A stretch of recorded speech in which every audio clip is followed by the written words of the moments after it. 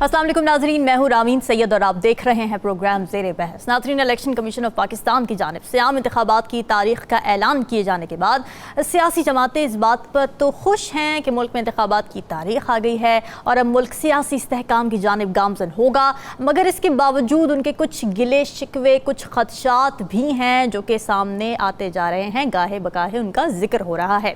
Secretary general peoples party हैं सैयद नईर बुखारी साहब, वो डाउट कर रहे हैं इलेक्शन कमीशन और निगरान हुकूमत के नॉन पार्टिसन रोल को। उनका ये कहना है कि निगरान हुकूमत और नून लीग का गठजोड़ है जो कि बिल्कुल वाज़े है और इन दोनों इदारों को गैर जानिबदार रवैया और तर्ज अमल साबित करना होगा। फिर साबिक वफाकी वजीर मियाँ जावेद लतीफ़ ये कहते हैं कि पाकिस्तान के 2024 के जो इंतखाबात हैं उनमें लेवल प्लेइंग फील्ड और मुनसिफाना इंतखाबात होने चाहिए।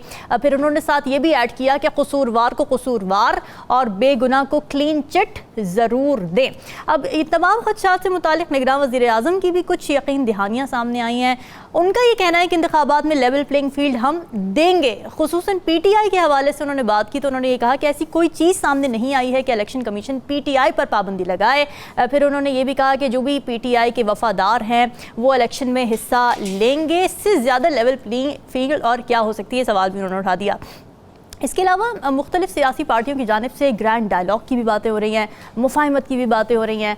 पाकिस्तान की मौजूदा सूरत हाल में ग्रैंड डायलॉग की कितनी ज़रूरत है और कौन कौन सी पार्टियां इस डायलॉग में ऑन बोर्ड आएंगी ये भी देखना होगा। साथ ही एक अहम तरीन सवाल जो आवाम भी पूछ रहे हैं और यकीनन पार्टियों के जहनों में भी ये सवाल इस वक्त है, सबसे अहम सवाल है कि इलेक्शन कैंपेन में आवाम में लेकर क्या जाना है। इन तमाम पहलुओं पर बात करेंगे। प्रोग्राम के पहले हिस्से में हमें ज्वाइन कर रहे हैं सीनियर राव खालिद साहब, नजमुल साकिब साहब इस्लामाबाद स्टूडियो से मौजूद हैं, जबकि MD ताहिर जलाल भी हमें ज्वाइन कर रहे हैं। आप सभी का बहुत शुक्रिया।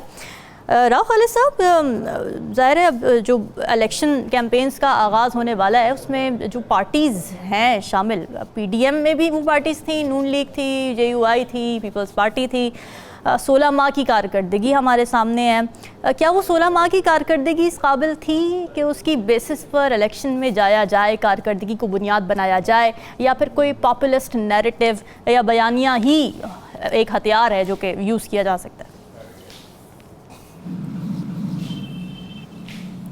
देखिए, जो तो इस वक्त सियासी जमातों की सूरत हाल है हम उसका अमूमी जायज़ा ले लेते हैं। अभी तक बयानबाजी हमने देखा है अवाम को रिझाने के लिए हो रही है या दुश्मनाम तराजी हो रही है दूसरी जमातों को नीचा दिखाने के लिए। हत्ता के जो इत्तेहादी हैं वो आपस में एक दूसरे के बारे में अजीबो गरीब किस्म के इल्ज़ामात और सारा वो लगा रहे हैं जो कि इकट्ठे कुछ महीने पहले तक हुकूमत कर रहे थे। पीपल्स पार्टी होगी, PMLN होगी, JUIF होगी, बाप होगी, मेंगल साहब ने अभी नई दरफुंतनी छोड़ी है। तो ये इस किस्म की चीज़ें चल रही हैं। जो असल बात है वो है कि मुस्तकबिल का लाया अमल, जो मुल्क के सियासी हालात हैं, मुआशी हालात हैं, अवामी मसाइल हैं, बैनुल-अक़वामी जो चैलेंजेस हैं और सबसे बढ़कर जो दहशत गर्दी की हमारे यहाँ सूरत हाल है, तो उस हवाले से हमें मुस्तकबिल का लाया अमल किसी जमात के पास अभी नज़र नहीं आता। ठीक है, बेबी मंशूर जो पुराना उनका निकाल के उसको धूल वगैरह झाड़ के उसके ऊपर कुछ 2-4 लफ्ज़ आगे पीछे करके को हमें नज़र आ जाए मंशूर, लेकिन अमली तौर पे हमें सिर्फ अभी तक यही चीज़ नज़र आ रही है कि एक दूसरे की बारे में जो बयानात हैं या दुश्मनाम तराजी है वो नज़र आ रही है। चैलेंजेस क्या है? PMLN का चैलेंज सबसे बड़ा है उसको इकट्ठा रखना अपने आप को। उसके अंदर जो रिफ्ट है, जो बुनियादी तौर पे क्रैक्स है, चौरी निसार पहले चले गए थे, तो हाँ जी बिल्कुल, उसको वो पार्टी को इकट्ठा रखना और उसके लिए फिर एक मौसर इंतखाबी मुहिम चलाना, उसमें सबसे बड़ा चैलेंज उनके लिए अवामी हमायत है। और उस अवामी हमायत के लिए वो 16 माह की कारकर्दगी जो आपने सवाल उठाया वो बिल्कुल मैटर करेगी उसी में कि आप 16 माह में जो कुछ आपने किया वो आप जाके बैलेट बॉक्स पे आपको उसका नतीजा निकलेगा, वो मिलेगा आपको जाके नतीजा। पीपल्स पार्टी का चैलेंज भी तकरीबन अवामी हमायत के हवाले से वही है जो PMLN का है, वो भी 16 माह हुकूमत का हिस्सा रहे सारा। लेकिन वैसे तो वो कहते रहे हैं कि हमारे पास कोई इंपॉर्टेंट वजारतें नहीं थी, वो अपने आप को थोड़ा डिटैच करते रहे हैं वैसे PDM से। अच्छा, वज़ीर ख़ारजा मुझे बना दे फिर अगर गैर अहम वजारत है। सही बात है, नहीं ये बात बिल्कुल ठीक है। इतनी गैर अहम वजारत के काबिल तो मैं होऊंगा। नजमुल साकिब साहब तो यकीनन होंगे, वो तो सफारतकार भी रहे हैं, तो ये बहुत ही गैर अहम वजारत थी इसमें तो कोई शक नहीं है। बिल्कुल। तो वो खैर बातें करेंगे, वो बेचनी कोई पता नहीं, आपको बाद में हुकूमत बन रही हो तो सारे मिलके फिर ये भानुमती का कुनबा इकट्ठा हो जाए, ये ईंट रोड़े सारे मिला के फिर हुकूमत बना दी जाए। तो वो उनका चैलेंज जो है वो दोबारा सिंध को हासिल करना सबसे बड़ा इंपॉर्टेंट है, लेकिन अवामी सतह पे उनको चैलेंज वो बाहर मौजूद है। PTI जो है उसके लिए अवामी हमायत उस तरह से चैलेंज नहीं है। अब तक जो हम सूरत हाल देख रहे हैं, मुख्तलिफ आरा आ रही हैं, सर्वे आ रहे हैं, बाकी चीज़ें हो रही हैं, उनके लिए चैलेंज है इलेक्शन के लिए उनकी पार्टिसिपेशन और अपने इंतखाबी निशान के साथ, अपने लीडर के साथ और उम्मीदवार जो है उनके लिए वो सिलेक्ट करना, वो सबसे बड़ा चैलेंज है। और इस सूरत हाल में जबकि बहुत डेस्परेट है उसका वोटर, वोट डालने के लिए भी और बाइकाट करने के लिए भी, दोनों सूरतों में वो बहुत डेस्परेट है। उसको मोटिवेट रखना इलेक्शन के दिन तक ताकि वो निकले और वोट डाले, तो फिर उसको फ़ायदा पहुंचे। उसका सबसे बड़ा चैलेंज इस वक्त जो है उम्मीदवार और वोटर को वोटिंग वाले दिन कायल करना कि वो वोट डाले, क्योंकि उसके वोट से ही ये तब्दीली आ सकती है। तो ये सारी जो जितनी भी चीज़ें हैं, जितनी सपोर्ट है इनकी, उसको वोट में ट्रांसलेट करना पार्टियों का ज़ाहिर चैलेंज हमेशा से रहता है। ये सबसे इंपॉर्टेंट चीज़ें हैं। लेकिन आपस में ग्रैंड अलायंस इनका जो है वो ग्रैंड अलायंस, मैं ये कहूँगा कि इलेक्शन क्योंकि हो रहे हैं, अब इलेक्शन की डेट आ चुकी है, उसका शेड्यूल भी आ जाएगा। तो पाकिस्तान में इलेक्शन के ऊपर हमेशा सवालिया निशान होता है, और उसके बाद हम देखते हैं धरने होते हैं, चैलेंज किया जाता है, बड़ी बदमज़गी रहती है। 5 साल पार्लियामेंट तो चल जाती है, लेकिन वो इलेक्शन के नताइज और उसके हवाले से बहुत बदमज़गी रहती है, हमेशा क्रेडिबिलिटी चैलेंज होती रहती है। तो सबको मिल के इलेक्शन कमीशन के साथ बैठ के, केयर टेकर गवर्नमेंट भी साथ बैठे, एक लायामल तय करे ऐसा कि जिसमें शफाफियत यकीनी बनाई जाए, जितनी भी हो सकती है। 100% तो नहीं होगी, यकीनन उसको कोशिश की जा सकती है कि कम से कम उस पर एतराज़ात हो और उसके नताइज को कबूल किया जाए।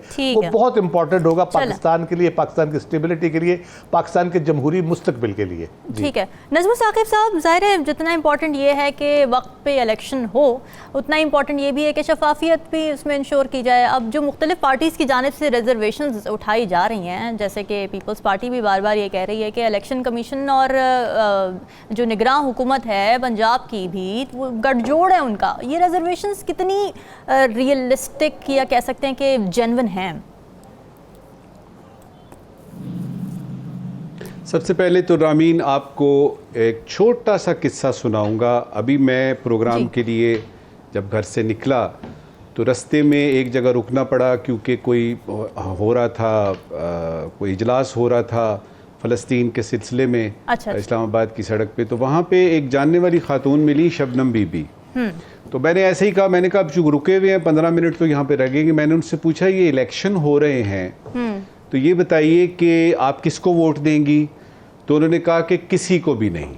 ओह, ये बड़ी अहम बात बता रहा हूँ आपको, इससे आपको ज़ाविये पता लगेंगे कि अवाम क्या सोच रही है इस वक्त। मैंने कहा जी किसी को क्यों नहीं, किसी को क्यों नहीं? कहते देखें जी हमने पीपल्स पार्टी को वोट दिया, उन्होंने क्या हमारे लिए किया, हमने PMLN को वोट दिया, उन्होंने हमारे लिए क्या किया, और हमने इमरान खान की PTI को वोट दिया, उन्होंने हमारे लिए क्या किया। तो मैंने कहा वो क्या करते? कहते देखे ना जी, एक जगह से दूसरी जगह ट्रांसफ़र हमारी होती है और हमें जो 2 महीने की तनख्वाह है वो नहीं मिलती। फिर जिस अस्पताल में हमें अलाउड है वहाँ जाते हैं, वो कहते हैं जी कि यहाँ पे तो टेस्ट हो ही नहीं सकते, आपको टेस्ट बाहर से कराने पड़ेंगे। तो ये एक इंडिकेटर मुझे मिला। आप एक खातून पे या एक साहब पे तो बेस नहीं कर सकते, लेकिन ये मुझे एक इंडिकेटर मिला और उससे मेरे दिमाग में 2 अहम और 2 गैर जरूरी सवाल पैदा हुए। मैं वो आप सबके सामने रखता हूं और कोशिश करते हैं उसका जवाब ढूंढने की। पहला जो अहम सवाल है वो आपने किया है कि शफाफ होंगे कि नहीं इलेक्शन, और फिर उसके बाद जो धांधली के नारे हमें सुनने को मिलते हैं, क्या उनसे कोई बचत हो सकती है कि नहीं। तो देखना यह है कि किस किस्म की इजाज़त है इस इलेक्शन को होल्ड करने की, किस किस्म की सूरत हाल डेवलप होगी, इस वक्त हम नहीं कर सकते। हम सिर्फ इस वक्त एक ख्वाहिश का इजहार कर सकते हैं कि इलेक्शन 8 फरवरी को हो रहे हैं, अल्लाह करे कि साफ और शफाफ हों, तमाम पार्टीज़ को जो है वो किसी तरीके से अपनी वर्थ का पता लगे कि अवाम क्या सोच रही है। दूसरा अहम सवाल ये है कि अवाम इलेक्शन में हिस्सा लेगी कि नहीं लेगी, कितना लेगी, क्योंकि ये जो खास तौर पे 16 माह की ये राव साहब ने बात की है ना, जो आप भी बात कर रही हैं, जो एक पीडीएम की गवर्नमेंट आई है, तो इलेक्शन तो हो रहे हैं, सियासी पार्टियों के मंशूर भी आप जान लेंगे, उनसे ये भी पूछ लेंगे कि जी आपने लाहे अमल क्या तैयार किया है, क्या कोई ऐसा आपके पास जिन्नाती माहौल है कि जिसमें आप इन मसाइल का हल कर सकते हैं। सवाल यह है कि अवाम कितना बीच में आएगी। और अगर फर्ज करें कि आपके पोलिंग स्टेशन थोड़े से खाली रहते हैं तो बात बनेगी नहीं, तो उसकी तरफ तवज्जो देनी है इस वक्त की यानी हुकूमत को। दो गैर जरूरी सवाल। पहला गैर जरूरी सवाल यह है कि पीटीआई को क्या ग्राउंड में जाने की इजाजत मिलेगी, क्या उनकी बारी आएगी, क्या उनका बल्ला उनके हाथ में होगा, और फिर उसके बाद यह है कि क्या वाकई सुपर ओवर तक बात चली जाएगी, ये सिलसिला चलता रहेगा, 8 फरवरी आने में कुछ 4-5 दिन रह जाएंगे तो सुपर ओवर तो नहीं कहीं हो रहा। तो ये गैर जरूरी सवाल। दूसरा गैर जरूरी सवाल, क्या निगरान जो हैं निगरान ही रहेंगे कि निगहबान बनेंगे? ये बहुत जरूरी गैर जरूरी सवाल है, बहुत जरूरी गैर जरूरी सवाल, क्योंकि इलेक्शन का नतीजा जो है बहुत जरूरी गैर जरूरी सवाल है कि जो इलेक्शन का नतीजा निकलेगा वो डिपेंड करेगा कि इलेक्शन किस तरीके से करवाए गए हुए हैं। और जब ये निगरान हुकूमत बनी थी तो मैंने और राव साहब ने एक तफसीली गुफ्तगू की थी जी। और उसमें हमने अपने तौर पे ये फैसला किया था कि जो भी जहां भी मिनिस्टर लगे हैं, चाहे वो प्रोविंशियल गवर्नमेंट्स में चाहे वो फेडरल गवर्नमेंट में, तो उनकी हमें जो रास्ते हैं, जो बागे हैं, जो धागे हैं, जो ताने बाने हैं, वो किसी न किसी सियासी जमात से मिलते जुलते नजर आ रहे हैं। अब ये है कि कितना जोर चलेगा। तो ये निगरान जो हैं ये निगहबान बन के बात करेंगे, अपनी अपनी सियासी जमात को उसकी हमायत में कुछ हिसाब किताब करेंगे, या वाकई निगरानी करेंगे जो कि उनका आईनी और कानूनी फर्ज है। एग्जैक्टली। नतीजा क्या निकलेगा उस पे एक शेर सुना देते हैं आपको और फिर आप प्रोग्राम को लेके आगे चलिए। अब हवाएं ही करेंगी रोशनी का फैसला। वाह। अब हवाएं ही करेंगी रोशनी का फैसला, जिस दिए में जान होगी वो दिया रह जाएगा। वाह वाह, ये बड़ी अहम बात है एमडी साहब। ये जो हवाएं रोशनी का फैसला करने जा रही हैं, ये रोशनी नज़र आ रही है आवाम को? यहाँ से ज़रा बात को आगे बढ़ाते हैं। सिस्टम से जो मायूसी पाई जा रही है, नजमुल साकिब साहब ने जिसका तस्करा किया, अब आम इंतखाबात में उतरने के लिए ये तो बड़ी रिस्पॉन्सिबिलिटी होगी तमाम सियासी जमातों पे कि कोई उम्मीद की किरण दी जाए। उम्मीद की किरण कहाँ से आएगी? आपको क्या लगता है सबसे अहम क्या होगा? बयानिया होगा, माजी की कारकर्दगी होगी, या फिर फ्यूचरिस्टिक पॉलिसी होगी, और ऐसी होगी जो कि रियलिस्टिक भी होगी, ना कि ऐसी जो IPP ने दी? इसमें यह है कि आज ज़ेर बहस में हम इस बात को ज़ेर बहस लाते हैं जी कि पाकिस्तान के जो इलेक्शन है ये तो इससे पहले भी होते रहे हैं, लेकिन इस दफा कोई डिफरेंट ये एक्सपीरियंस जो है ना, तजर्बा हो रहा है। उसमें एक वजह तो मेरे हिसाब से ये भी है कि PDM की हुकूमत का जब खात्मा हुआ तो उसके बाद जाहिर है कि टेकर सेटअप आ गया। इससे पहले जो है ना वो एक जमात की, जिस तरह नून लीग की, पीपल्स पार्टी की या PTI की हुकूमतें रही हैं, तो उसके हवाले से जब इलेक्शन में जाते थे तो वो सूरत डिफरेंट थी। उस वक्त ये हुआ कि कुछ बहुत सारे मुख्तलिफ ख्याल जो लोग थे, सियासतदान, सबको इकट्ठा करके और PDM की हुकूमत बन गई। अब आने वाले इलेक्शन में मैं जो देख रहा हूँ वो ये होगा कि इसमें आम ख्याल जो लोग हैं उनको आपस में जोड़ा जाएगा। अच्छा, और वो आम ख्याल कौन लोग होंगे? वो इलेक्शन में अवाम के पास जाएंगे। और मैं यहाँ पे पीपल्स पार्टी, PTI और नून लीग के हवाले से बात करूंगा कि पीपल्स पार्टी, PTI और नून लीग तीनों जमातें जो हैं ये गुज़श्ता अदवार में हुकूमतों में रह चुकी हैं। बिल्कुल। अब ये अवाम ने फैसला करना है।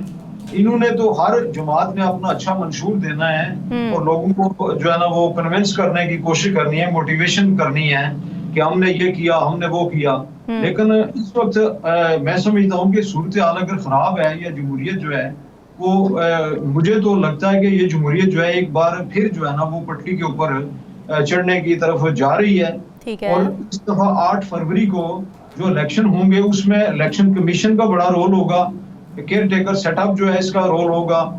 और देखने की चीज जो आएगी सामने वो अभी आने वाले प्रोग्रामों में सियासी बातें भी होती रहेंगी और हालात बदलते रहेंगे। जो जो वक्त करीब आएगा वो बहुत सारी चीजें जो हमारे सामने आ जाएंगी और उससे अंदाजा हो जाएगा कि आने वाले वक्तों में क्या होने जा रहा है और किस जमात की हुकूमत आ रही है। अभी कोई भी जमात जो है वो ये नहीं है कह रही है, फर्ज करें जी इस वक्त नून लीग जो है वो उसका तो बयान ही ये है कि हमने आने वाली जो हुकूमत है, आने वाले जो इलेक्शन है उसमें हमें कामयाबी मिलेगी और नवाज शरीफ वजीर आजम बनेंगे। इस तरह पीपल्स पार्टी के जो मौकफ है वो भी है कि बिलावल भुट्टो जो है वो वजीर आजम बनेंगे पाकिस्तान के। तो बात पीटीआई की रहेगी तो पीटीआई का शराजा बहुत हद तक तो बिखर चुका है, लेकिन फिर भी एक सियासी जमात के तौर पर वो मैदान में मौजूद हैं। और मैं ये समझता हूँ कि सबको आज़ादी से आज़ादाना, मुनसफाना और शफाफ इलेक्शन में बिल्कुल आइन के तहत हिस्सा लेने का हक हासिल होना चाहिए, उनको हक मिलना चाहिए। ये बात गलत है कि अगर माजी में फर्ज करें किसी जमात के ऊपर पाबंदी लगी है या किसी लीडर को इन्होंने जेल में डाल दिया, जिसने भी डाला, तो उसके बाद इलेक्शन उसके बगैर हो गए। तो मैं समझता हूँ कि यहाँ पर ये इलेक्शन जो है ये पाकिस्तान की जमहूरियत को, पाकिस्तान के इस्तेकाम को और पाकिस्तान के अवाम को ये एक बहुत बड़ा जो है ना ये मुस्तकबिल की तरफ एक तरक्की की और रोशनी की जो किरण है, जिस तरह के अपना नजम साकिब साहब ने कहा कि ये एक ऐसा दिया जलाना है पाकिस्तान में कि जिसकी रोशनी से पाकिस्तान जगमगाता भी रहे और पाकिस्तान तरक्की की शराह पे भी चले और लोग भी खुशहाल हों। जिस तरह मैं अपनी ये बात यहाँ पे इस तरह करता हूँ कि बहुत सारे लोग जो हैं वो दिन को बहुत सारी बातें करते हैं, बहुत सारी राय देते हैं, लेकिन प्रोग्राम में वक्त नहीं होता है कि वो सारी बातें यहाँ डिस्कस की जाएं। लेकिन इसमें लोगों के अंदर ये जज्बा है कि इलेक्शन, पहले तो ये था कि शायद इलेक्शन होंगे या नहीं होंगे, अब तो जिस तरह मुझे याद है कि आपने कहा था कि अगर सुप्रीम कोर्ट ने ऑर्डर पास किया, अब तो सुप्रीम कोर्ट ने भी ऑर्डर पास कर दिया, इलेक्शन कमिश्नर और सदर पाकिस्तान जो है वो भी एक पेज के ऊपर आ गए। तो इस तरह से अभी जो है खुशआइंद बात ये है कि 8 फरवरी को इलेक्शन जो है वो होने जा रहे हैं। अभी इलेक्शन शेड्यूल का ऐलान होगा और मुस्लिम लीग नून जो है उसने अपने मंशूर कमेटी के लिए भी एक हमारे बड़े दानिशवर हैं, सेनेटर हैं, और अरफान सदीकी साहब को नामजद कर दिए चेयरमैन। इसी तरह पीपल्स पार्टी भी अपने लोग लाएगी, पीटीआई वाले भी लाएंगे, बाकी जमातें जो हमारी हैं वो भी आएंगी। तो मुकाबला करें। देखिए अब फैसला तो अवाम ने करना है, लेकिन ये कोशिश हमारी होनी चाहिए, हम यहाँ बैठ के ये बात कर सकते हैं, अपनी राय का इजहार कर सकते हैं कि इलेक्शन कमीशन को और बाकी जितने भी मुख्तदर हल्के हैं उनको ये मेक श्योर करना चाहिए कि अवाम को इलेक्शन में हिस्सा लेने की हर तरह से आजादी होनी चाहिए और उनके ऊपर ये नहीं होना चाहिए कि वो अपनी मर्जी से वोट डालें, क्योंकि धांधली जो है ना वो ये तो हमारा एक वतीरा बन चुका है। कोई भी इलेक्शन हो उसमें जो आने वाली जमात है, आप किसी एक सूबाई हल्के से लेकर कौमी असम्बली के एमडी साहब ये बात ठीक है, जाहिर है आज़ादी तो है, एक डेमोक्रेसी है हमारे मुल्क में, किसी को कोई मना तो नहीं कर रहा वोट डालने से, लेकिन वोट डालें किसको, ये बात है ना मायूसी की जो हम बात कर रहे थे, ये जो कदम एतमाद है मुख्तलिफ पार्टीज पर। आपकी बात ठीक है, पहले तो ये था कि कंट्रोल डेमोक्रेसी जो है ना उसका भी कंसेप्ट चलता रहा है, लेकिन अब वो जो वक्त जा रहा है इसमें कंट्रोल डेमोक्रेसी पाकिस्तान के लिए ठीक नहीं होगी। ठीक है। और उसमें ये तो डिपेंड करता है जमातों के ऊपर कि जमातें जो है वो अवाम के पास क्या लेके जाती हैं। और यकीनी तौर पर जिस तरह यहाँ पहले भी बात हुई है कि ये माजी का जो है ना वो अपना लेके जाएंगी, अपना एक प्रोग्राम लेके जाएंगी कि हमने जब हुकूमत संभाली, और उसमें वो कुछ चीजें जो है वो दूसरों के जुम्मे भी लगाएंगे कि हम ये करना चाहते थे, हम ये नहीं कर सके, वो करना था हम वो नहीं कर सके। ये तो एक इलेक्शन का जो है ना एक स्टंट बनाने के लिए ये चीजें चलेंगी। लेकिन मेरा ख्याल है कि इसमें जमातें जो है वो जब अवाम में मंशूर लेके आएंगी और लोगों को बताएंगे कि हमसे जो गलतियां हुई हैं वो आइंदा नहीं करेंगे, तो फिर उसके ऊपर अवाम फैसला करेंगे कि हमने वोट किसको। ये बड़ी अहम बात है, ये बड़ी अहम बात है कि अवाम में आके ये भी बताएं। जब हम ये कह सकते हैं, जब सियासतदान ये कह सकते हैं कि पिछली हुकूमत की गलतियों की वजह से हुआ, तो उनको ये भी कहना चाहिए, इतना भी ज़र्फ होना चाहिए कि हमारी भी गलतियों की वजह से ये मसाइल हुए हैं। राव खालिद साहब, ग्रैंड डायलॉग की बड़ी बातें हो रही हैं सियासत में और सेनेट में भी इस तरह की बातें हुई हैं, फिर बिलावल भुट्टो साहब ने मिसाक़ जमहूरियत की बात कर दी। आपको लगता है इस मौजूदा सूरत हाल में ग्रैंड डायलॉग की कितनी इस वक्त ज़रूरत है, और कौन कौन सी पार्टियां आप देख रहे हैं जो कि इस ग्रैंड डायलॉग में हिस्सा ले सकती हैं, और ग्रैंड डायलॉग का एजेंडा होगा क्या फोर्सी कर रहे हैं आप?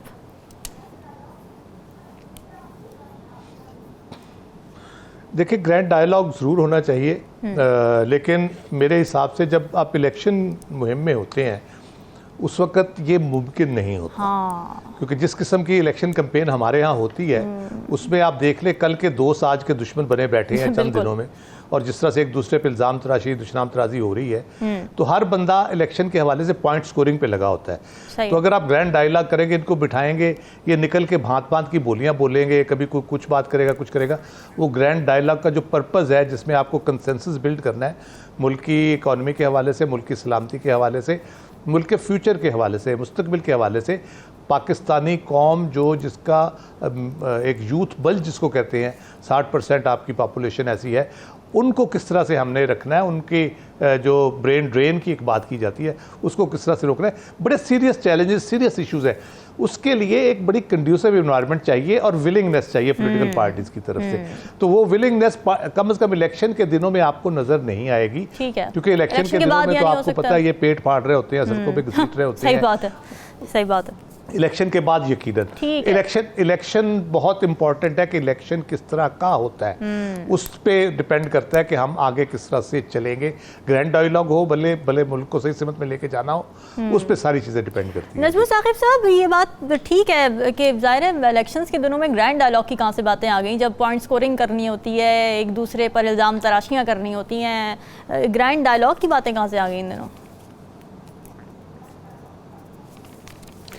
देखिए, ये जो स्कूल चल रहा है ना, काफ़ी अरसे से इलेक्शन वगैरह होते हैं हमारे यहाँ, तो ये जो स्कूल चल रहा है इसमें बड़ा ज़रूरी होता है कि हेडमास्टर क्या चाहता है। अच्छा। और उसमें हमने ये देखना है कि ठीक है, टीचर्स आ रहे आप इकट्ठे कर सकते हैं, लेकिन अगर टीचर्स की आपस में बात ना बनती हो तो एक जगह पे वो बैठ तो जाएंगे, लेकिन हर एक को कम से कम एक एक नवाले की तो हो ना, यानी उम्मीद हो कि मुझे भी एक नवाला उसमें से मिलेगा। तो डायरेक्शन डिपेंड करता है कि कौन सी सेट की जाती है, हेडमास्टर साहब क्या कह रहे हैं। उसके बाद टीचर्स जो हैं वो देखेंगे कि आपस के मामलात क्या बातचीत से तय हो सकते हैं।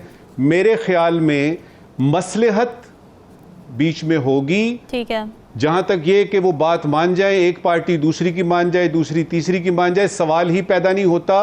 और ये अगर हुआ भी ग्रैंड डायलॉग तो ये कुछ इस तरह का होगा कि इसका नतीजा हर पार्टी आएगी, एक प्रेस कॉन्फ्रेंस होगी कि जी असल में तो ये हुआ ही नहीं था, हमसे तो ये तय हुआ था। तो हेडमास्टर साहब भी उस वक्त कुछ नहीं कर सकेंगे। मेरे ख्याल में ये एक ख्वाहिश है, इसको हम विशफुल थिंकिंग कहते हैं, कि सारी पार्टीज मिलकर बैठें, क्योंकि अंदाज़ा ये हो चुका है सारी पार्टीज को कि कोई भी पॉलिटिकल पार्टी मेजॉरिटी में नहीं आ रही।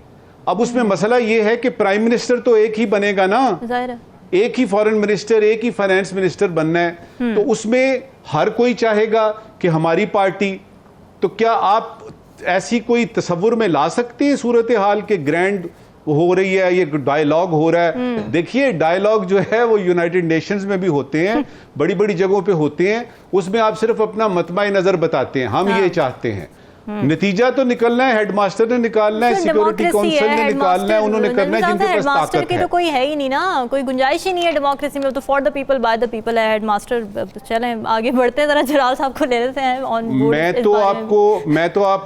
ओहो, ये तो मेरी राव साहब की, जलाल साहब की, आपकी, पाकिस्तान के 240 मिलियन लोगों की ये दुआ है कि ये साफ शफाफ हो, हर पॉलिटिकल पार्टी को अपना मिले। लेकिन ये ग्रैंड जो अलायंस की बात है, देखिए, कराएगा कौन, इसका ऑर्गेनाइजर कौन है, मुझे बताएं ना, इसका ऑर्गेनाइजर कौन है, और ऑर्गेनाइजर ने जो प्रोग्राम दिया है वो किधर है। तो मुझे ये हवा में बातें लग रही हैं, असल में वही होगा कि अंदरून खाने में हर पॉलिटिकल पार्टी किसी दूसरी पॉलिटिकल हम ख्याल पार्टी से बात करेगी, सीट एडजस्टमेंट होगी। अल्लाह अल्लाह खैर सल्ला।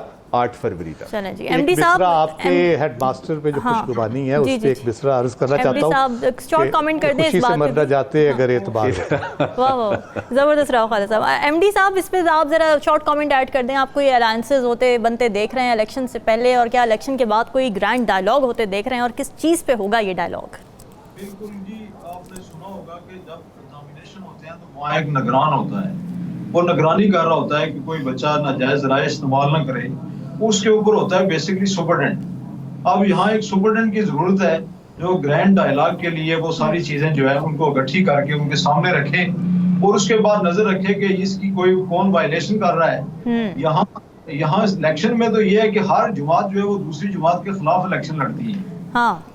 जमात के उम्मीदवार एक दूसरे के खिलाफ अपनी कैंपेन करते हैं, वहाँ वो बड़ी फ्रेंडली माहौल नहीं होता है कि वो उसके खिलाफ उसके गले में माला डाल रहे होते हैं या उसको फूलों के हार पहना रहे होते हैं। वो सब हमारी जो तारीख है वो इस तरह की है कि वो एक दूसरे के खिलाफ ही बातें करते हैं। शॉर्ट सा कमेंट्स यही है इस हवाले से कि इसमें यहाँ जो अगर ग्रैंड आया की बात हो रही है, बहुत अच्छी बात है और मुल्क के लिए ये जरूरी है। ठीक है, आप देखें मुज़ाकरात के बगैर कोई चीज भी जो है ना वो आगे नहीं बढ़ सकती।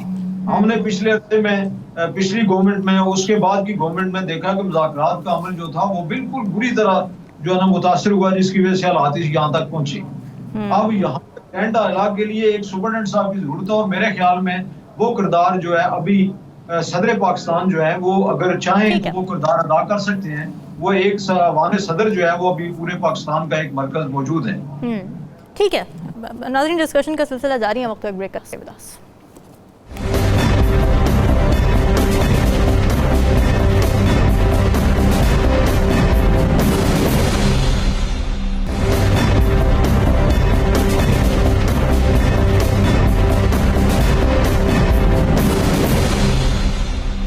वेलकम बैक नाज़रीन। गज़ा पर इजरायली फ़ौज के वहशियाना हमले 5वें हफ्ते में दाखिल हो चुके हैं। इजरायली अफ़वाज की जानिब से सफ़ाकियत का मुज़ाहरा किया जा रहा है। अब तक इजरायली वहशियाना बमबारी के नतीजे में 36 सहाफ़ी अपनी जानें गंवा चुके हैं।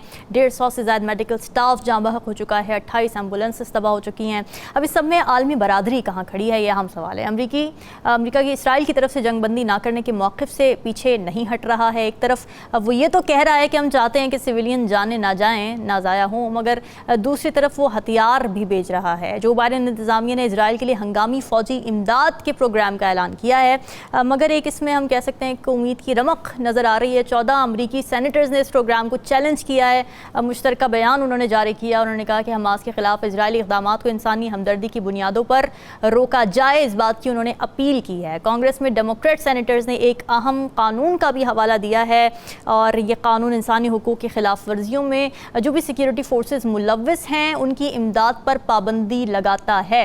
फिर उर्दन में अरब ममालिक के वज़राए ख़ारिजा की गोल में इस कॉन्फ्रेंस भी हुई है और इसमें शिरकत की अमेरिका की जानिब से एंटनी ब्लिंकन ने और जंगबंदी के मुतालबे को रद्द कर दिया गया है, जो कि ये मुतालबा उठाया गया था उस गोल में इस कॉन्फ्रेंस में। नजमुल साकिब साहब, ये मसला कहाँ से जन्म लिया है, इस नहज पे पहुँच चुका है, अमन की, सीज़ फायर की कोई उम्मीद, कोई चांस देख रहे हैं आप?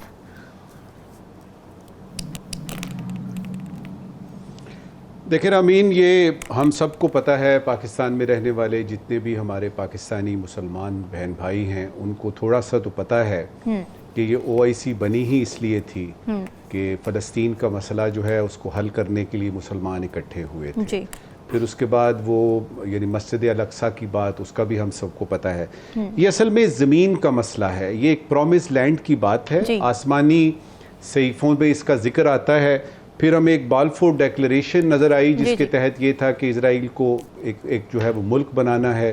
फिर हमने ये देखा कि 3 जंगें होती हैं, यानी अरब इजराइल की जंगें होती हैं। उसके बाद फिर एक इंतफादा 1 होता है, फिर इंतफादा 2 होता है, फिर यूनाइटेड नेशन सिक्योरिटी काउंसिल के रेजोल्यूशंस हैं जिसके तहत के 2 स्टेट्स यानी सोल्यूशन की बात कही गई है कि फ़लस्तीन भी बन जाए और इजराइल भी बन जाए। फिर हमने ऑस्लो अकॉर्ड भी देखा और उसके बाद हमने अब्राहम अकॉर्ड भी देखा।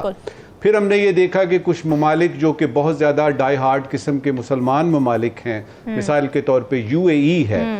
इजिप्ट ने तो 79 में या बहुत पहले उसको या इजराइल को तस्लीम कर लिया था, लेकिन हाल ही में जो UAE ने तस्लीम किया और फिर ये जो 7 अक्टूबर को हमास हमला करता है, अगर आप 6, 5 या 4 अक्टूबर की सूरत हाल देखें तो उसमें हमें नज़र आ रहा था कि सऊदी अरेबिया जो है वो और इजराइल आपस में सिफारती ताल्लुकात या नॉर्मलाइजेशन ऑफ रिलेशंस की बात कर रहे हैं। अमेरिका उसमें मीडिएटर है और सिर्फ ये वेट हो रहा है कि कांग्रेस जो है, अमेरिकन कांग्रेस जो है उसको अप्रूव कर दे। और उसमें कुछ लोग जो मैं यानी अगर आप पढ़ें बहुत सारी रिपोर्टें तो एक उसमें ये भी आइडिया है कि हमास ने हमला क्यों किया, इसलिए किया कि उसको समझ आई, यानी फ़लस्तीनियों की ये जो एक यानी तंजीम है हमास, उसको ये समझ आई कि अगर कल को सऊदी अरेबिया ने भी तस्लीम कर लिया इजराइल को, तो ओआईसी तो एक तरफ रहा, पूरी दुनिया में मुसलमानों की बात करने के लिए कौन करेगा, और खास तौर पे फलस्तीन।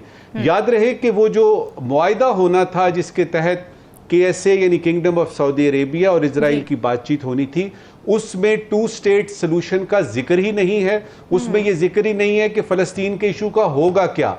लिहाजा ये थ्योरी भी है कि हमास ने इसलिए हमला किया कि वो इस पूरे प्रोसेस को सबोटाज करना चाहता था, जो कि हमें नजर आ रहा है कि उसने किया। अब ये है कि आपने ये जरा मैं जब बता दूं आपके सारे लाखों नाजरीन को कि पाकिस्तान का जहां तक ताल्लुक है, दुनिया की बात करते हैं कि दुनिया इस वक्त क्या कर रही है, सबसे पहले देखते हैं कि हमारा मुल्क जो है उसने क्या किया, कौन सा स्टैंड लिया। नेशनल सिक्योरिटी पॉलिसी हमारी जो है, जो कि 2022-2026 तक की है, उसमें जो फलस्तीन, जो उसमें मिडल ईस्ट का चैप्टर है, उसमें जिक्र किया गया है कॉन्फ्लिक्ट फ्री मिडल ईस्ट का। इसका क्या मतलब है कि पाकिस्तान ये चाहता है कि मिडल ईस्ट कॉन्फ्लिक्ट फ्री हो। दूसरा, उसमें GCC कंट्रीज का जिक्र है, खुसूसी तौर पे किंगडम ऑफ सऊदी अरेबिया का जिक्र है, और उसमें है कि जो मुकद्दस मुकामात हैं वो यानी उनकी हिफाजत करने के लिए ये बाकायदा तौर पे पॉलिसी में लिखा है, उसमें टर्की का भी जिक्र है। इसके अलावा किसी और मुल्क का हमारी उस पॉलिसी में जिक्र नहीं है। जब ये 7 तारीख का वाकया पेश आता है अक्टूबर का, पाकिस्तान की तरफ से सरकारी तौर पे एक बयान दिया जाता है कि ये हॉस्टिलिटीज़ बंद होनी चाहिए और ये जो भी यानी इजराइल ने किया है इसको बंद करना चाहिए, और फ़लस्तीनियों का वगैरह वगैरह जो हमारा स्टैंड है। दूसरा जो बयान आया वो इससे ज़रा सख्त था, उसमें यह था कि 1967 पे जो बॉर्डर्स थे उससे पहले जो था वो पाकिस्तान चाहता है कि हो। तीसरा रामीन इससे भी सख्त था, और वो जलील अब्बास जिलानी साहब जो हमारे निगरान वजीर खारजा हैं, वो स्क्रीन पे आते हैं और बताते हैं कि इजराइल फलस्तीन में जेनोसाइड कर रहा है। बिल्कुल, ये बड़ा अहम जब था। ये जेनोसाइड का लफ्ज इस्तेमाल हुआ, नस्ल कुशी का, तो उस वक्त तक किसी और ने, किसी मुल्क ने भी ये लफ्ज इतने वसूख से इस्तेमाल नहीं किया था। इसका क्या मतलब है? इसका मतलब ये है कि पाकिस्तान दामे दरमे सुखने ये फलस्तीन के अपने भाइयों के और बहनों के साथ है, बच्चों के साथ है, बुजुर्गों के साथ। फिर हमने देखा कि हमारे जो आर्मी चीफ हैं वो आते हैं और आके वो एक स्टेटमेंट देते हैं जिससे हमें पाकिस्तान का जो मुकम्मल तौर पे है कि इस वक्त यानी मुस्तकबिल में और बाद में क्या होगा। उन्होंने कहा कि पाकिस्तान फलस्तीन की, याद रहे हमास की बात नहीं हो रही, जी। वो यानी उसके बारे में बताता हूं कि हमास और फलस्तीन में फ़र्क क्या है। कि फ़लस्तीन में जो हमारे बहन भाई हैं उनकी अखलाकी यानी मॉरल, पॉलिटिकल यानी सियासी, और डिप्लोमेटिक यानी सिफारती हिमायत और इमदाद जारी रखेगा। अब जल्दी से आपको मैं ये बता दूं शॉर्ट कर दीजिएगा कि हमास जो है वो फलस्तीन उनमें क्या है जी, एक मिनट में जी उसकी जो है ना वो ईरान से जो 5 दिन पहले स्टेटमेंट आई ना उससे वाजे हो जाता है। ठीक है, ईरान ने कहा कि हमला किया हमास ने, इजराइल सजा दे रहा है फलस्तीनियों को। तो इससे आपको पता लगेगा कि हमास और फलस्तीनियों का क्या आपस में हिसाब किताब है। ठीक है। अगर आप मुझे और वक्त देंगी तो मैं यानी दुनिया का भी आपको बता सकता हूं कि दुनिया इस वक्त इस मसले को कैसे देख रही है, वो आप पे डिपेंड करता है। चलें, मैं ज़रा बाकी पार्टिसिपेंट्स ओपिनियन ले लूँ, टाइम थोड़ा शॉर्ट है सेगमेंट मेरे पास। राव खालिद साहब, दुनिया की चलें आपसे बात कर लेते हैं। अमेरिका पीछे नहीं हट रहा, सीज़ फायर के जब मुतालबे किए गए हैं वो रद्द कर रहा है। वर्ल्ड ओपिनियन कैसे बनाई जाए, कैसे प्रेशराइज किया जाए अमेरिका को कि सीज़ फायर पर तो वो आमादा हो ना? देखिए, ये तो इस जो शरारत है मिडल ईस्ट में ये जब से बर्पा हुई है उसके तो सबसे बानी और जो कह ले कि माँ जो है वो अमेरिका और बरतानिया है इसकी। उन्होंने ये सारा ये यहाँ पे एक क्रिएट किया और उसको कभी सेटल डाउन नहीं होने दिया। और जैसे जैसे एक्सपेंशन की उन्होंने तोसी पसंदाना जो मामलात अज़ाइम उन्होंने रखे इसराइल ने, उसकी राह पे रुकावट नहीं बने बल्कि इंकरेज किया। अभी अमेरिका की आप अप्रोच देखें, वो जो मैक्सिमम बात कर रहे हैं वो ह्यूमैनिटेरियन विंडो की बात कर रहे हैं कि लोगों को जो वसाइल चाहिए, इस वक्त ज़रूरत की चीज़ें हैं, वो पहुंचा दी जाए, उसके बाद इसराइल फिर मारना शुरू कर दे। भाई जब वहाँ लोग नहीं रहेंगे तो ये वसाइल किसके काम आएंगे? ये किसके उसके वहाँ पे आप किसको दवाइयाँ देंगे, किसको आप ग़िज़ा देंगे, किसको पानी देंगे? तो ये तो अप्रोच है उनकी, मुजम्मत तक करने को तैयार नहीं है। करना तो ये चाहिए था इंटरनेशनल फोर्सेस को, ना मुजम्मत तो बहुत का छोटी बात है, तंबीह करनी चाहिए थी इसराइल को कि रोको इसको। लेकिन मसला इसमें बुनियादी तौर पे वही आ जाता है कि इंटरनेशनल कम्युनिटी और इवन रीजन के लोग भी हमास के हमले को, जो मोटिव नजमुल साकिब साहब ने बताया कि KSA के साथ, सऊदी अरब के साथ वो डील को ख़राब करने के लिए किया गया, उसको शक की नज़र से देख रहे हैं। सिर्फ वो नहीं, जो उनके हमायती ग्रुप है वहाँ पे, अगर हम हौसी जो वहाँ पे बागी या मुजाहिदीन है या हिजबुल्ला है, उसकी हम बात करें, वो बहुत मोहतात होकर बात कर रहे हैं। वो अगर कोई मिलिट्री एक्ट भी कर रहे हैं तो वो US इंस्टॉलेशन के खिलाफ कर रहे हैं। उस हद तक जो उनको अटैक आता है तो वो उसके रिस्पॉन्स में कर रहे हैं। ऑल आउट वो भी नहीं आ रहा है। ईरान है, वो भी बड़ी एहतियात से कर रहे हैं, और इंटरनेशनल कम्युनिटी भी ये मान रही है कि ये हमास का सोलो एक्ट था, इसमें कोई और ताकत या कोई और ग्रुप इन्वॉल्व नहीं है। ठीक है। तो इस सूरत हाल में हमें देखना ये होगा कि इसका हल किस तरह से निकलेगा। क्या इमीडिएटली निकल सकता है, जिस तरह से तो आलमी ताकतें चाह रही हैं, और UN में भी उसको नहीं कामयाब होने दिया जा रहा। जंग बंदी तो रोकने के लिए तैयार नहीं है। इसका हल कहाँ से निकलेगा? एक तो डिप्लोमेटिक ऑफेंसिव जो हुआ है, जितने अहम ममालिक उन्होंने अपने, जो हमायती भी थे इसराइल के, उन्होंने अपने सफारतकार वापस बुलाने शुरू कर दिए। ये एक प्रेशर हो सकता है, लेकिन जब तक अमेरिका बहादुर इसराइल को नहीं कहेगा कि बस भाई अब आराम से बेटे आराम से बैठ जाओ, उस वक्त तक ये मसला हल नहीं होगा। तो अमेरिका की सरदस्त कोई नहीं लगता कि इस किस्म की बात करेगा। हमें ज़्यादा खराबी नज़र आ रही है। अगर ये जंग फैल गई और दूसरे लोग भी आगे, इसमें हिजबुल्ला आ गई, हौसी आ गए, या कोई और मुल्क इन्वॉल्व हो जाता है, तो फिर बहुत ही खतरनाक सूरत पूरी दुनिया के लिए पैदा हो जाएगी। ठीक है। MD साहब, आपको लगता है कि अभी इस वक्त नहीं कोई भी और खित्ते के जो भी मजीद स्टेक होल्डर्स हैं, ज़ाहिर है वो नहीं इतना आगे आके वो जंग वगैरह के अंदर नहीं इतना पार्टिसिपेट करे, आपको लगता है कि ये खित्ते तक ही महदूद रहेगा, ये मसला ये दोनों ममालिक के दरमियान ही महदूद रहेगा, या फिर आप इस कॉन्फ्लिक्ट को फैलता हुआ देख रहे हैं आने वाले दिनों में? देखिए जी, इस सारे फितने की जो पुष्ट पर है इस वक्त अमेरिका है। और मैं यहाँ ये बात आपको बताना चाहता हूँ कि 9/11 जो हुआ था उसमें भी अमेरिका के मकासद थे। उन्होंने एक मुल्क के ऊपर चढ़ाई करनी थी, अलकायदा का नाम लेके उन्होंने खात्मा करना था, मुसलमानों का कत्लेआम करना था। ज़ाहिर है एक इस्लामी मुल्क के ऊपर उन्होंने चढ़ाई की और उसके बाद ब्लॉक बनते गए।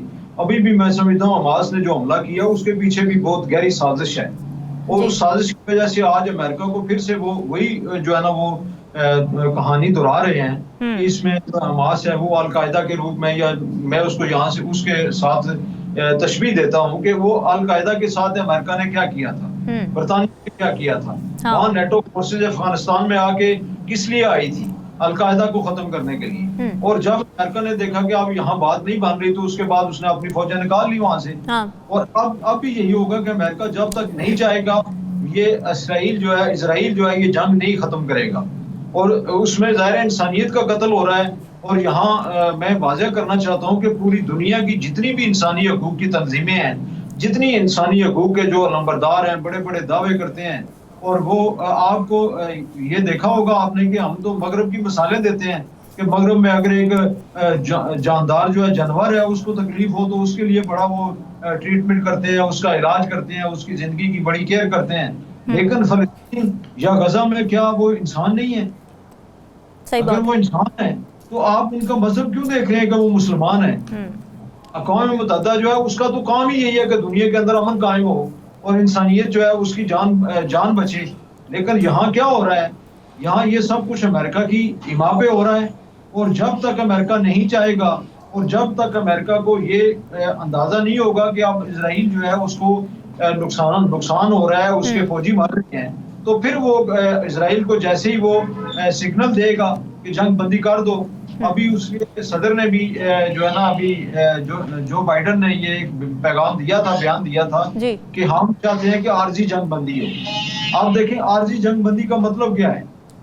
यानी आर्जी जंग बंदी का मतलब है कि थोड़ा सा टाइम दे के उनको फिर नए सिरे से इजराइल को भी और ये फसाद को मजीद फैलाने के लिए वो आर्जी फ़लस्तीनी जंगबंदी मुस्तकिल तौर पर। सही बात, सही बात। और उसी का उसमें हल भी यही है कि वरना ये होगा कि दो ममालिक के दरमियान जंग नहीं रहेगी। जी जी जी। अब ये जो है ना फ़लस्तीन और अपना इसराइल के दरमियान जंग नहीं है। हमास की जंग जो है वो अब इसराइल ने फ़लस्तीन के अवाम तक फैला दी है और फ़लस्तीन की वजह से पूरी दुनिया में लोग जो है ना वो आवाज़ें उठ रही हैं। इसराइल के खिलाफ भी आवाज़ें उठ रही हैं और अमेरिका के खिलाफ भी आवाज़ें उठ रही हैं। खुदा खौफी कुछ ना कहीं तो है जिसकी वजह से देखते हैं लोग आवाज बुलंद कर रहे हैं कि इजराइल को ये जुल्म व सितम बंद करना चाहिए। ठीक है नाज़रीन, डिस्कशन का सिलसिला जारी है, स्टे विद अस।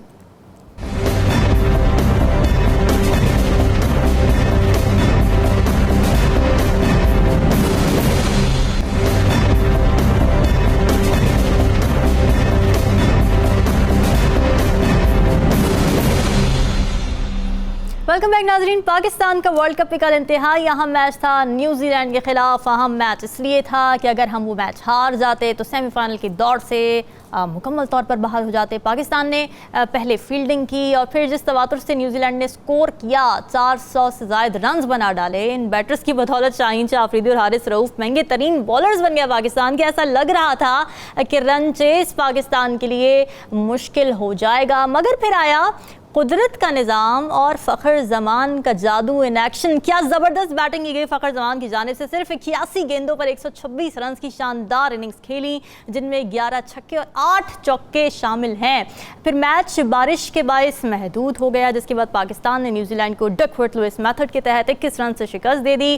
सेमीफाइनल में जाने की उम्मीदें बरकरार रखी हैं। राव खालिद साहब, फ़खर ज़मान को हमने देखा था इससे पहले बिठा दिया गया था, फिर उसके बाद हमने ये देखा कि इंज़मामुल हक साहब इस्तीफ़ा देते हैं। उसके अगले मैच में इमामुल हक साहब आउट हो जाते हैं क्रिकेट के जो वर्ल्ड कप का जो टीम थी, प्लेइंग 11 थी उससे, और आ जाते हैं फ़खर ज़मान। और फिर क्या शानदार ओपनिंग हमारी बन गई उसके बाद, जो कि इससे पहले नज़र नहीं आ रही थी। ये कोइंसिडेंस है, हसीन इत्तेफाक है, या फिर इसके अंदर मसला था, ये जो हम कह सकते हैं नेपोटिज्म का, या ये इन्फ्लुएंस था?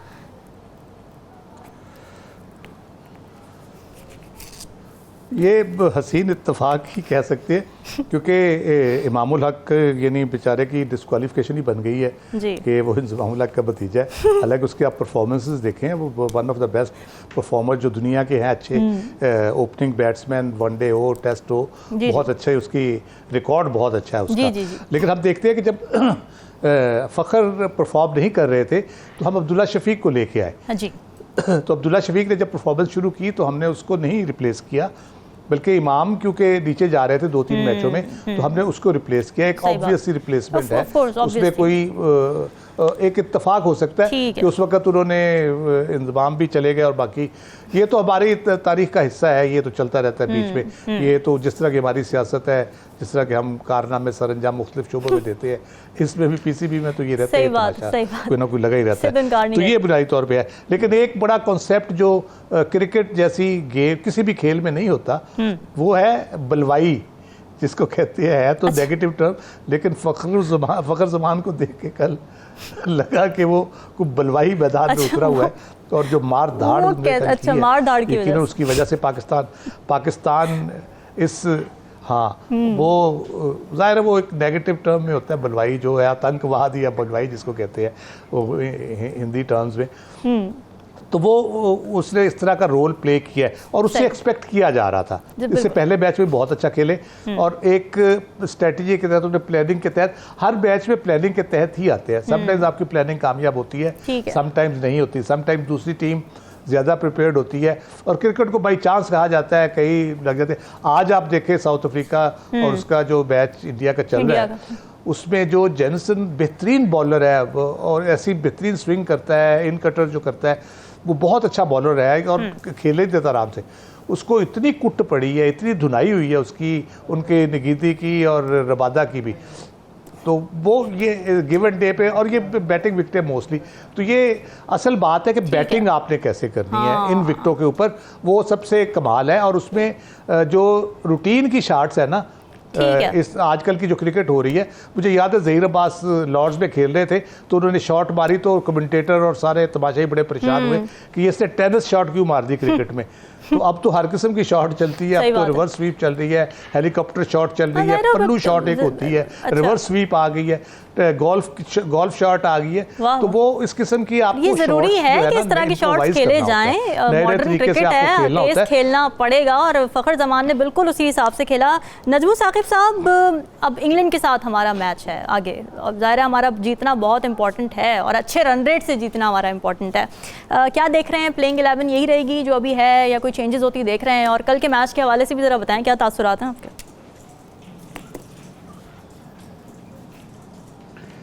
देखिए, ये राव साहब ने जो बात की या आपने जो बात कर दी, ये तो सारे का सारा तबसरा हो गया कल का के फखरिया पेशकश जमान की।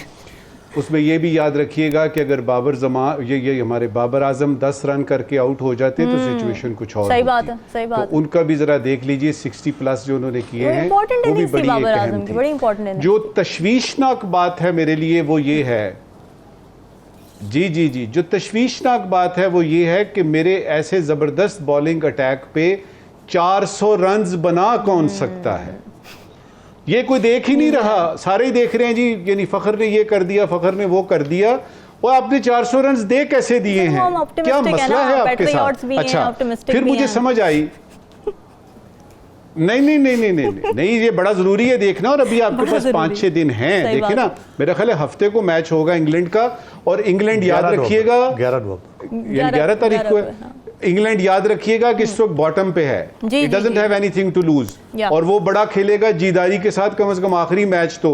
अच्छा, उसमें आपने जो बात की है ना, यानी इस वक्त तो हम चेंज नहीं कर सकते, बस में बैठने से पहले आदमी देखता है कि भाई ड्राइवर कौन सा है। इस वक्त तो जिस तरह चल रही है इसको चलने दीजिए, और अगर उसको इमामुल हक को किसी ने मिस किया है कल तो वो केन विलियमसन था, उसने उसको बड़ा मिस किया है, क्योंकि अगर वो होता तो शायद स्कोर जो है वो इस तरह से। आपने प्लेइंग 11 की बात की है, जी जल्दी से बता दें। नॉर्मली रामीन ट्रेडिशन ये है कि जो विनिंग आपका होगा, यानी होता है कॉम्बिनेशन, उसको आप रखते हैं। बिल्कुल। लेकिन मुझे किसी वजह से आगा सलमान की जब बॉलिंग की बात आई, उसने जो बॉलिंग की, मुझे कुछ उसमें जान नजर नहीं आई। ठीक है, बाकी सारे के सारे वैसे ही रखें। 2-3 बातें जरा, एक तो इसको हारिस रऊफ को कहें कि आप जरा अपनी एड वैड में जो हीरो बने हुए हैं ना, उस इमेज को जरा एक तरफ करें। आपने बुनियादी तौर पे ये है कि लाइन एंड लेंथ अपनी ठीक मैदान में हीरो बनने की जरूरत है, हीरो बनते रहेंगे आप, और अभी आप पूरे हीरो बने नहीं हैं। एक तो हारिस रऊफ को ये बताएं। दूसरा ये है कि साउथ शकील जो कि नेदरलैंड के मैच में आपका मैन ऑफ द मैच था, उसको जरूर रखें, वो आपका कुशन है। एक चेंज जो मैं प्रपोज कर सकता हूं वो है आगा सलमान की जगह अगर आप मोहम्मद नवाज को ले लें। अच्छा। या अगर शादाब फिट हो गया है और उसने वो जो उस दिन गड़बड़ की थी उसको माफ कर दिया गया है, तो मेरे ख्याल में शादाब बड़े मैच का प्लेयर है और ये बड़ा इंपॉर्टेंट मैच है। तो आगा की जगह आप या नवाज को रख लें, या मेरी ख्वाहिश होगी कि आप उसको रखें। ये है जी आपका, जो आपका पॉइंट आ गया आपका। एमडी साहब, कल एक सेंचुरी फखर जमान ने मारी, कुछ सेंचुरियां मारते मारते हमारे अपने बॉलर्स रह गए। शाहीन शाह अफरीदी ने 90 रन दिए, 10 ओवर कराए। हारिस रऊफ ने 85 रन दिए, 10 ओवर कराए।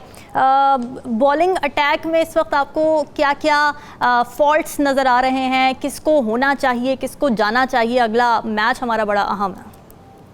देखें जी, कल तो फखर जबान ने जो है ना वो फखर पाकिस्तान का एक रोल अदा किया है, और उसमें जो है ना बिल्कुल राव साहब ने, नजम साहब ने जो कहा है कि 400 रन एक बहुत बड़ा पहाड़ है, उसको छेद करना जो है ना मुश्किल है। लेकिन पाकिस्तान की टीम जो है वो बस अल्लाह ताला ने करम नवाजी की, हमारी ओपनिंग जो जोड़ी थी उसने चाराना खेल पेश किया, और ये तो हैरान कुन बात थी कि अगर ये फखर जमान ने 11 छक्के और 8 चौके लगा दिए, और इस तरह से अगर वो मुतात बैटिंग करते, और इसी तरह हमारे जो बॉलिंग का अटैक है उसमें भी मैं यहाँ कहना चाहूंगा कि जो हमारे क्रिकेट टीम के कप्तान है बाबर आजम, उनको जो है वो अपनी हिकमत अमली जो है वो आइंदा जो मैच आने वाला है इंग्लैंड में, इंग्लैंड पाकिस्तान के साथ, उसमें मौके की मुनासबत से उनको अपनी स्ट्रेटेजी चेंज करनी चाहिए। अच्छा। उनको सबसे पहले तो अगर टॉस जीत जाते हैं जी, तो टॉस जीतने के बाद उनको बॉलिंग जो है ना, बॉलिंग के हवाले से उन्होंने अगर बैटिंग का उनको देना है कि टारगेट क्या होगा, तो सबसे पहले उनको चाहिए कि वो हमारे जो बॉलर हैं उनको, जिनको पहले पिछले मैच में मार पड़ चुकी है, उनको भी अपने मौका दें। ये नहीं है कि क्रिकेट बाई चांस इस तरह भी बात हो रही है, क्रिकेट में तो हो जाता है कभी। अब कोई सोच सकता था कि न्यूजीलैंड जो है वो मैच हार जाएगा, लेकिन 400 का टारगेट देखने के बाद तो बिल्कुल नहीं लग रहा था। इसमें रामीन साहब, मेरी, आपकी और नजम साहब की और राव साहब की दुआएं और पाकिस्तान के करोड़ों अवाम की दुआएं भी पाकिस्तान टीम के साथ शामिल थी, तो बारिश वो भी एक सबब बनी, वरना 400 रन हासिल। चलिए जी, देखते हैं अब आगे के मैच के लिए बड़ा अहम, उसके लिए क्या स्ट्रैटेजी बनाई जाती है, प्लेइंग 11 में कौन कौन शामिल होता है और किसकी रिप्लेसमेंट आती है। डिस्कशन आपने सुनी, हमें दीजिए इजाजत, अल्लाह हाफ़िज़।